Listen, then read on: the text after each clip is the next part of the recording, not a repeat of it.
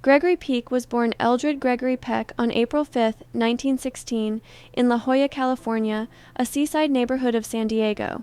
His childhood was marked by upheaval, as his parents divorced when he was just 6, leaving him primarily in the care of his grandmother. Despite this instability, he grew up with a strong sense of discipline and morality. These early experiences shaped the values that would later define both his film career and personal life.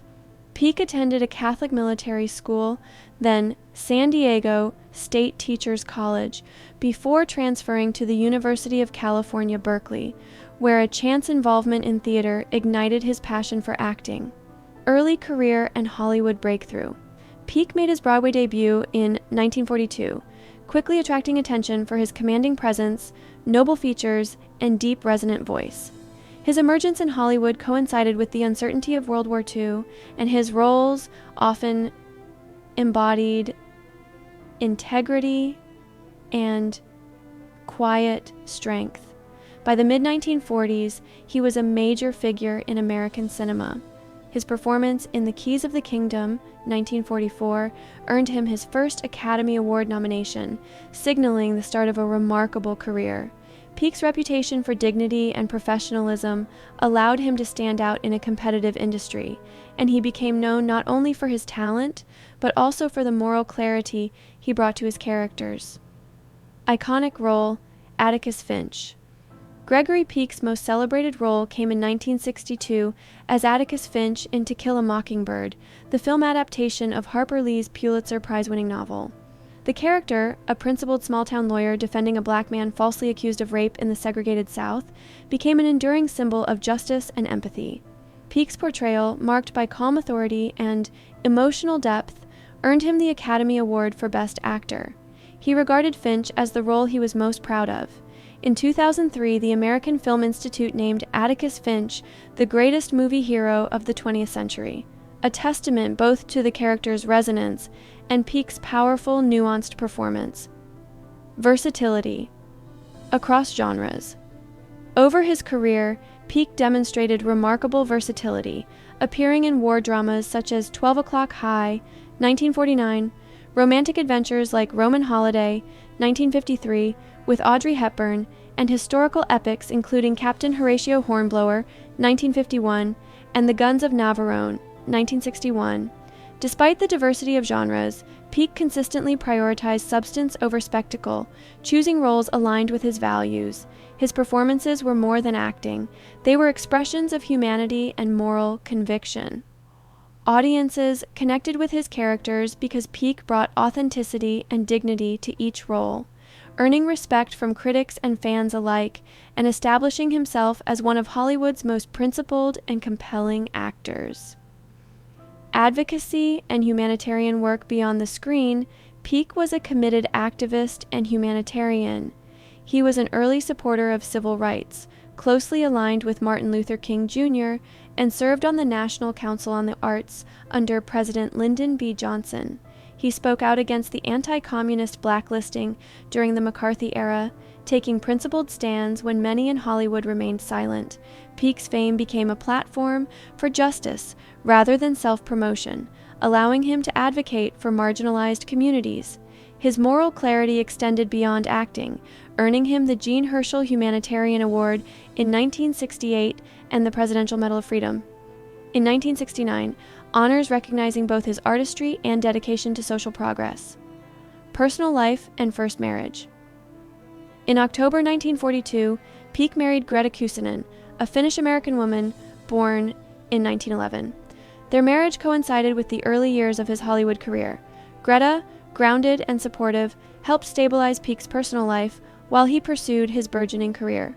The couple had 3 sons, Jonathan, 1944, Stephen, 1946, and Carrie Paul, 1949, each representing a different stage of his life. Their marriage lasted over a decade but ended in divorce in December 1955. Despite the split, the period remained a foundational chapter in Peck's personal development, shaping his approach to family, career, and later relationships, while leaving lasting emotional imprints on both him and his children. Tragedy and personal loss. Tragedy struck Peck in 1975 when his eldest son, Jonathan, was found dead, believed to be a suicide.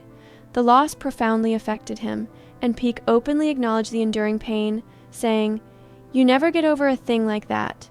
This personal grief existed alongside his public persona as a dignified moral figure, highlighting the complexities of his life. The heartbreak of losing a child brought a depth of empathy to his later roles and humanitarian efforts. It also revealed a human vulnerability that contrasted with the unwavering strength of characters like Atticus Finch, showing that even those who inspire others carry private sorrows, romantic affairs, and second marriage. During his first marriage, Peck had a brief, intense affair with co-star Ingrid Bergman while filming Spellbound, 1945. Later revealed in a 1987 interview, Peck described the relationship with restraint and respect, emphasizing its intensity and professional context. Shortly after his divorce, on New Year's Eve 1955, he married Véronique Pisani, a French news reporter born in 1932. Their marriage lasted nearly 5 decades, marked by shared humanitarian work and deep affection. Véronique's support was a constant in Peck's life, providing stability and companionship. Together, they built a partnership rooted in mutual respect, intellectual engagement, and a shared commitment to philanthropy and social justice. Legacy and reflection on Piers Peck often reflected on his contemporaries with grace, including his views on Charlton Heston. While acknowledging disagreements in political and professional outlooks, he emphasized common ground in their shared love of cinema.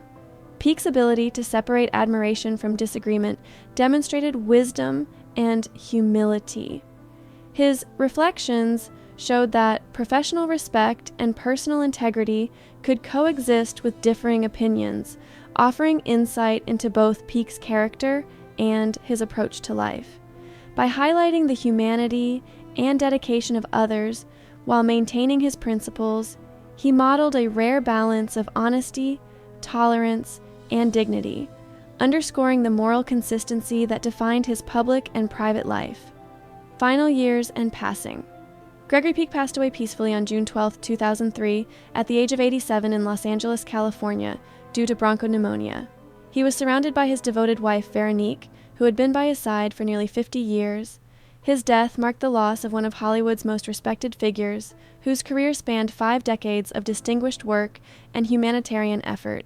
Peck was laid to rest in the Cathedral of Our Lady of the Angels in Los Angeles, a fitting resting place for a man of deep Catholic faith, moral stature, and cultural significance.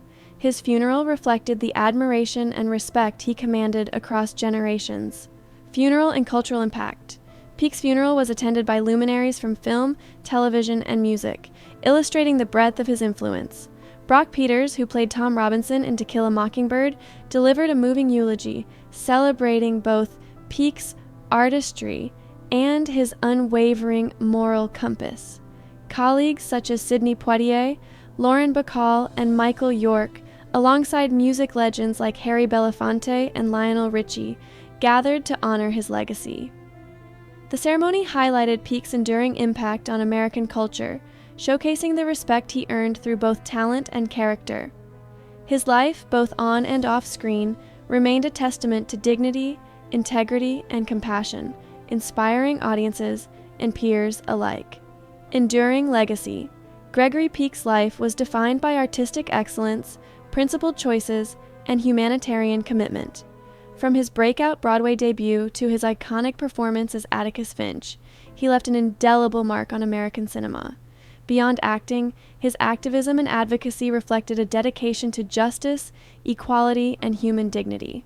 Peck's personal losses and triumphs shaped a man capable of profound empathy and moral clarity. He is remembered not only as a consummate actor, but as a symbol of integrity in a complex world. His legacy endures in his films, his charitable work, and the countless lives he touched through his talent, compassion, and unwavering commitment to what is right.